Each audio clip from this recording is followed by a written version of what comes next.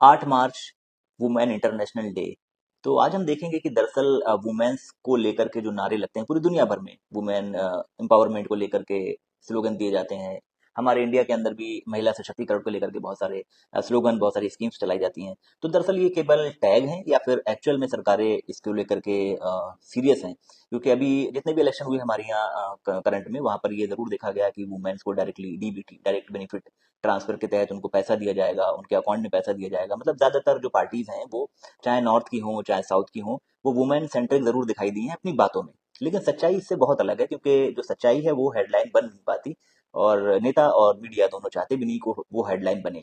तो हम चाहते हैं कि इस वुमेन डे उन इश्यूज पर बात हो और उस पर ध्यान दिया जाए, और खुद फीमेल इसका ध्यान दें कि आपको क्या हेडलाइन या टैगलाइन के थ्रू बेवकूफ बनाया जा रहा है, या फिर सच में आपकी परवाह है। अभी हाल ही में द हिंदू में एक आर्टिकल छपा था जिसके तहत ये पूरी डिटेल बताई गई कि प्रधानमंत्री मातृत्व वंदना योजना, जो मैटरनिटी लीव को लेकर के फीमेल्स को बेनिफिट दिए जाते थे अगर उनकी डिलीवरी हो रही है, उस कंडीशन में उनका जो माल न्यूट्रिशन है उसको कवर करने के लिए, देखा ये गया है लगातार प्रधानमंत्री मातृत्व वंदना योजना का फंड घटता जा रहा है। अब वैसे तो सरकारें दावा कर रही हैं कि हम फीमेल्स को एम्पावर करेंगे, उनको मजबूत करेंगे, लेकिन इसमें बजट घटाने का मकसद ये है कि आपको साफ दिख रहा है जो फीमेल्स इस क्रिटिकल फेज से गुजर रही हैं उनके ऊपर भी सरकार कोई ध्यान नहीं दे रही है। अब इस जो योजना है इसके साथ दिक्कत ये है, पहली बात तो ये है इसका फंड घट रहा है, दूसरी बात ये है कि जो इसके अंदर फैसिलिटीज मिल रही हैं, तो पहला तो ये था कि अगर आपका जो भी बच्चा पैदा हो रहा है उसका बाद से लेकर के आपको 6,000 रुपए दिए जाएंगे। तो सरकार ने एक कंडीशन इसमें ये डाली है कि 6,000 रुपए पहले बच्चे पे तो मिल जाएंगे, दूसरे बच्चे पे अगर आपको 6,000 रुपए लेने हैं तो वो बच्चा बेबी फीमेल होना चाहिए। अगर वो मेल है तो उस कंडीशन में आपको वो पैसे नहीं मिलेंगे। अब सरकार का दावा ये है कि हम इसलिए करते हैं कि हम फीमेल जो है बर्थ रेट को बढ़ाना चाहते हैं। दरअसल वुमेन जन्म फीमेल को दे या मेल बच्चे को दे, लेकिन उसकी जो एनर्जी है या उसको जो तकलीफें हैं वो तो सेम ही होती हैं। और दूसरा ये कि जेंडर डिस्क्रिमिनेशन भी है। आर्टिकल 14 का सामने से ये उल्लंघन है कि आप बच्चे के जेंडर के हिसाब से पैसे दे रहे हो। एंड जो पैसे 6,000 रुपए दिए गए, दरअसल ये पूरा जो एक्ट आर्टिकल है या जो पूरा ये कानून है या स्कीम बताएं तो ये आई थी हमारा फूड सिक्योरिटी एक्ट, जो नेशनल फूड सिक्योरिटी एक्ट 2013 में आया था, उसके तहत ये स्कीम बनाई गई थी। अब उस स्कीम के तहत 6,000 रुपए उस समय 2013 में दिए जाते थे, और 6,000 रुपए आज भी दिए जाते हैं। तो अगर आप इन्फ्लेशन, महंगाई को एडजस्ट करो तो ये बजट होना चाहिए 12,000 रुपए, लेकिन मेन बजट भी घट रहा है और ये पैसे भी नहीं बढ़ रहा, 6,000 के 6,000 है। जबकि सेम इसी मामले में तमिलनाडु में अगर आप देखोगे तो वो अपनी मैटरनिटी बेनिफिट में अपने यहाँ की फीमेल्स को लगभग 24,000 रुपए दे रहे हैं। 18,000 से 24,000 के बीच में दे रहे हैं, और उड़ीसा भी 12-13 हजार रुपए दे रहा है। तो ये डिवीजन देखने को मिल रहा है। और एक चीज और देखने को मिल रही है कि जो फीमेल्स गवर्नमेंट जॉब में है या फिर प्राइवेट फॉर्मल सेक्टर में है, जो कि बहुत कम है। अगर आप लेबर पार्टिसिपेशन फोर्स देखेंगे या बाकी जो सर्वे देखेंगे तो हमारी जो वर्क फोर्स है वो ज्यादातर इनफॉर्मल सेक्टर में है। तो जो फॉर्मल सेक्टर में है उन्हें तो बेनिफिट इसका मिल जा रहा है उन फीमेल्स को, और जो इनफॉर्मल सेक्टर में उनको बेनिफिट नहीं मिल रहा है, तो सरकार पैसे नहीं दे रही, ऊपर से जो वो उनकी जॉब जहाँ कर रही है वो भी लोग इतने ज्यादा, क्योंकि सारे लोग तो छोटे छोटे बिजनेस या छोटी छोटी इंडस्ट्री जो है उसमें काम कर रहे हैं, इनफॉर्मल सेक्टर में कपड़े की इंडस्ट्री है या फिर कोई दूसरे लोकल सामान बनाने की, तो उनको इसका फायदा नहीं मिल रहा, और फायदा ही नहीं मिल रहा बल्कि वो लोग उनके ऊपर प्रेशर कर रहे हैं कि आप जल्दी काम पर वापस आओ। दिस इज द प्रधानमंत्री मातृत्व वंदना योजना। एक और स्कीम है आशा के बारे में, उसके हाल भी कुछ अच्छे नहीं है।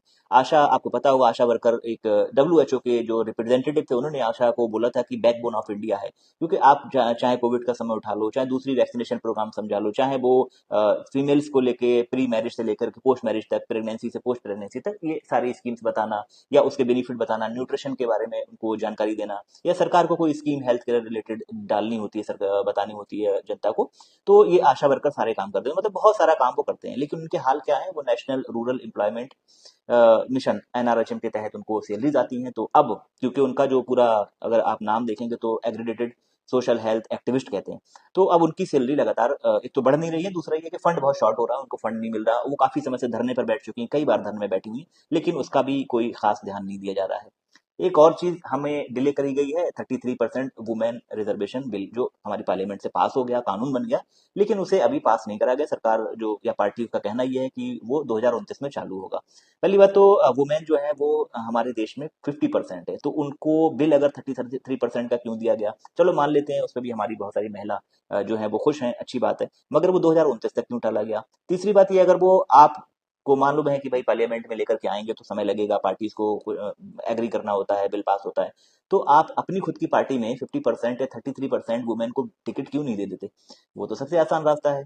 लेकिन क्योंकि हेडलाइन बनानी है कि हम बिल लेकर के आए, और काम करना नहीं है लेकिन हेडलाइन बनानी है, एक और 1995 के समय पर बीजिंग डिक्लेरेशन हुआ था। तो उसमें भी फीमेल की कंडीशंस को, उनको एंटरप्रेन्योरशिप में, बिजनेस में, उनको मीडिया में, उनको स्टेम जो सब्जेक्ट्स होते हैं उसमें लाने की कोशिश करी गई थी। बहुत बड़े लेवल पर ये बीजिंग डिक्लेरेशन हुआ था, इसमें बहुत सारी बातें करी गई थी। आज उसको लगभग 30 साल हो चुके हैं, लेकिन अभी भी उस पर कोई खास काम नहीं हुआ। लगातार हमने उसके बाद, बीजिंग डिक्लेरेशन के बाद, एक नया प्रोग्राम और बना दिया, एसडीजी, सस्टेनेबल डेवलपमेंट गोल, और उसका मिशन हमने 2030 तक रख दिया, 15 साल का।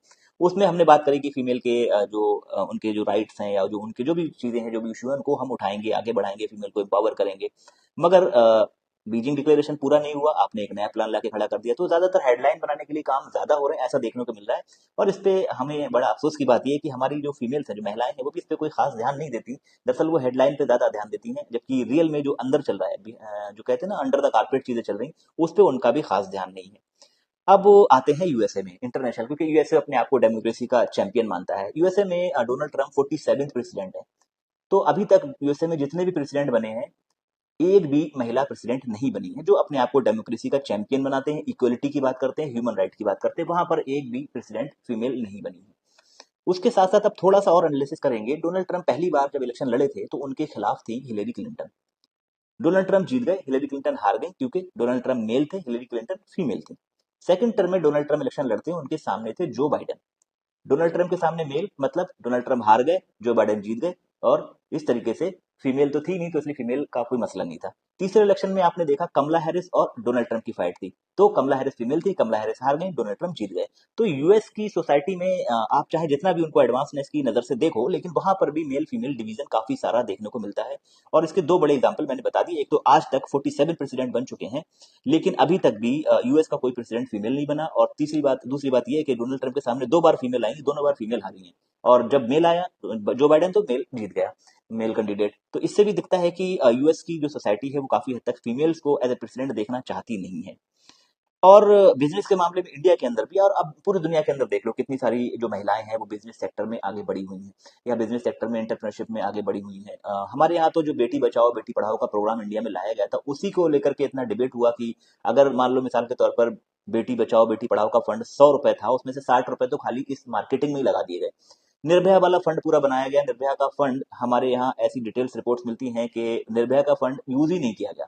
ऐसा नहीं है कि हमारे देश के अंदर उस फंड को यूज करने की जरूरत नहीं है, लोगों को जरूरत नहीं है, ऐसा नहीं है, लेकिन सरकार को वक्त नहीं है। क्योंकि जब हेडलाइन बनानी होती है, मीडिया कवरेज मिल जाती है नेशनल लेवल पर, इंटरनेशनल लेवल पर, और ये सारी चीजें, उसके साथ साथ सरकार को उसका क्रेडिट या उसका बेनिफिट मिल जाता है इलेक्शंस में। लेकिन रियल में वो ग्राउंड पे कितना काम कर रही है, इससे ना सरकार को लेना देना है।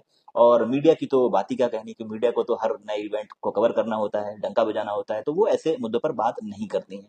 अब इस मामले में खुद फीमेल्स को उठना होगा। मैंने जो मेन इश्यूज थे, जो चीजें थी जो मुझे लगी, उस पर बात करनी चाहिए। कल हमारा मतलब 8 मार्च को इंटरनेशनल वुमेन डे है, तो उस पर इन चीजों का बहुत ज्यादा महत्व बनता है। तो हम अपने इंडिया के अंदर भी और इंटरनेशनल भी कर सकते हैं। अगर वुमेन्स को, हमें चाहिए कि वो बिजनेस में आगे बढ़े, तो सबसे बेहतर ऑप्शन है कि जितनी भी हमारी यहाँ कंपनी रजिस्टर होती है, हमारे यहाँ सेबी के अंदर कंपनी रजिस्टर होती हैं, और नेशनल स्टॉक एक्सचेंज में 500 के समथिंग कंपनीज रजिस्टर हैं। तो एक कंडीशन डाल दी जाए कि आप जितनी भी कंपनी रजिस्टर होंगी, उनका एक इंडिपेंडेंट जो डायरेक्टर है वो आपका फीमेल होना चाहिए। अदरवाइज हम कंपनी को रजिस्टर नहीं करेंगे, तो मजबूरन आपको फीमेल्स को लाना पड़ेगा। उससे फायदा ये होगा, अगर हमारे यहाँ वर्किंग वुमेन या फीमेल्स इंटरप्रेन्योरशिप में या बिजनेस में आती हैं, तो उससे जो दूसरी औरतें हैं, जो दूसरी फीमेल्स हैं, उनके सहन में भी ये बात आएगी कि हाँ, एक वुमेन भी एंटरप्रेन्योरशिप में जा सकती है।